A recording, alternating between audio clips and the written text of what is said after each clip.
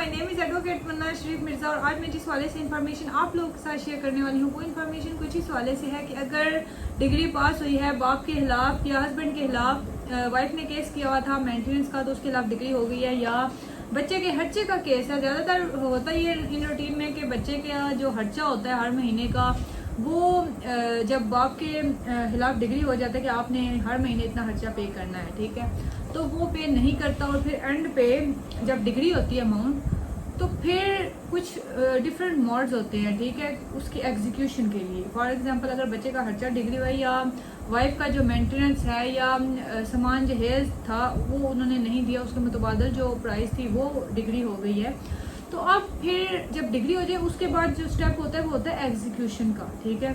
तो जब एग्जीक्यूशन लगाते हैं तो उसके फिर डिफरेंट मोड्स हैं। अगर वो बंदा पे नहीं करता अमाउंट जो डिग्री हुई है उसके खिलाफ, तो उन मोड्स में होता ही है कि पहले नंबर पे अगर उसके नाम पे कोई प्रॉपर्टी है तो वो अटैच हो जाती है, ठीक है। अगर बाप के नाम पे या हस्बैंड के नाम पे कोई प्रॉपर्टी है तो वो उसकी अटैच हो जाएगी, उसको सेल करके तो जो मनी है वो उस औरत को दी जाएगी, ठीक है, जिसकी फेवर में डिग्री पास हुई है या बच्चे का खर्चा है तो वो जो बच्चे का खर्चा है वो उसको दे दिया जाएगा और फ्यूचर का जो है मेंटेनेंस वो सेव कर लिया जाएगा कि हर महीने जो बच्चे का खर्चा है वो पे किया जाए। बाद दफ़ा अदालत ऑर्डर कर देती है सेविंग सर्टिफिकेट्स वगैरह का भी, ठीक हो गया।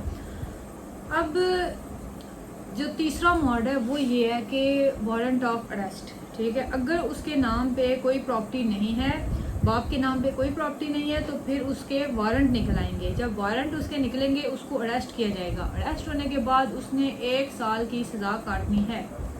अब यहाँ पे लोग क्वेश्चन पूछते हैं, औरतें मुझसे क्वेश्चन पूछती हैं कि जी अगर वो 1 साल की सज़ा काट लेगा तो मतलब कि फिर जो डिग्री हुई है अमाउंट या जो बच्चे का खर्चा है तो वो तो हमें फिर नहीं मिलेगा, वो तो सज़ा काट के आगे तो वो आज़ाद हो जाएगा और हमें तो खर्चा नहीं मिलेगा। मतलब कि सज़ा काट ली तो जो बच्चे का खर्चा है वो उसे नहीं पे करना पड़ेगा। पहली बात ये कि 1 साल की सज़ा है, 1 साल उसे जेल में रहना पड़ेगा। दूसरा ये कि जो डिग्री है ना वो इंटैक्ट रहेगी, ठीक है, वो इन फ्यूचर में कभी भी वो अगर कोई प्रॉपर्टी खरीदता है या उसे विरासत में प्रॉपर्टी मिलती है तो आप फिर एग्जीक्यूशन लाई कर सकती हैं, ठीक है। फिर आप एग्जीक्यूशन उसके खिलाफ कर देंगी स्टार्ट और उसने फिर वो अमाउंट पे करनी है। डिग्री वो इंटैक्ट है, वो ख़त्म नहीं होती, ठीक है।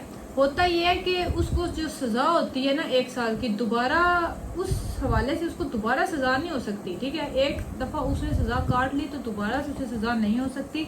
इसलिए ये कहा जाता है कि 1 साल की सज़ा होगी बस। मतलब कहने का ये कि एक दफ़ा उसने 1 साल की सज़ा काट ली है, उसके बाद उसने खर्चा पे नहीं करना, पे करना है। लेकिन अगर फ्यूचर में कोई प्रॉपर्टी लेगा वैसे वो नहीं करेगा, क्योंकि दोबारा से अगर फिर मॉड्स को अपनाया जाए तो एक दफ़ा तो वो सज़ा काट चुका है इसी सब्जेक्ट मैटर के वाले से, इसी डिग्री के वाले से, ठीक है, और दोबारा से इसको सज़ा नहीं हो सकती फिर, ठीक है। तो इसलिए ये है कि अगर उसके नाम पे कोई प्रॉपर्टी इन फ्यूचर में उसने खरीदी तो फिर आप एग्जीक्यूशन लाई कर सकती है। अब इसमें कुछ और भी हैं पॉइंट्स, वो ये कि आप दादा को भी पार्टी बना सकते हैं बच्चे के खर्चे के हवाले से कि दादा पे करे। अगर दादा की फाइनेंशियल पोजीशन स्ट्रांग है, ठीक है, तो उसको भी आप पार्टी बना सकते हैं। जब आप केस दायर करें तो उसको भी पार्टी आप बना सकते हैं। बाज़ दफ़ा उन्होंने लतालकी का दायर किया, लतालकी दायर की हुई होती है, ठीक है, और बाज़ दफ़ा दादा के नाम पे भी प्रॉपर्टी नहीं होती।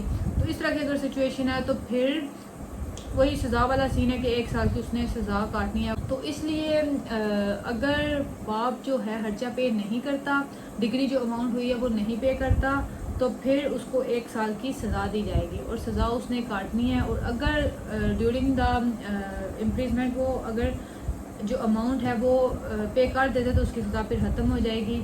या औरत उसे बाहर निकलवा लेती है कि ठीक है इसको मेरे हस्बैंड को बाहर निकलवाया जाए या मैं इसको माफ़ करती हूँ, जो डिग्री हुई थी इस तरह का कोई भी सीन है तो फिर वो बाहर आ सकता है। वैसे उसने 1 साल की सज़ा काट दी। तो अगर कोई भी आपका केस है किसी भी किस्म का तो जो नीचे व्हाट्सएप का नंबर दिया गया वहाँ मुझसे रब्ता कर सकते हैं। अगर आप कंसल्टेंसी चाहते हैं किसी केस के हवाले से तो आपको कंसल्टेंसी फ़ी पे करनी होगी और नीचे व्हाट्सएप का नंबर दिया गया वहाँ मुझसे रब्ता कर सकते हैं। Thank you very much. अल्लाह हाफिज़।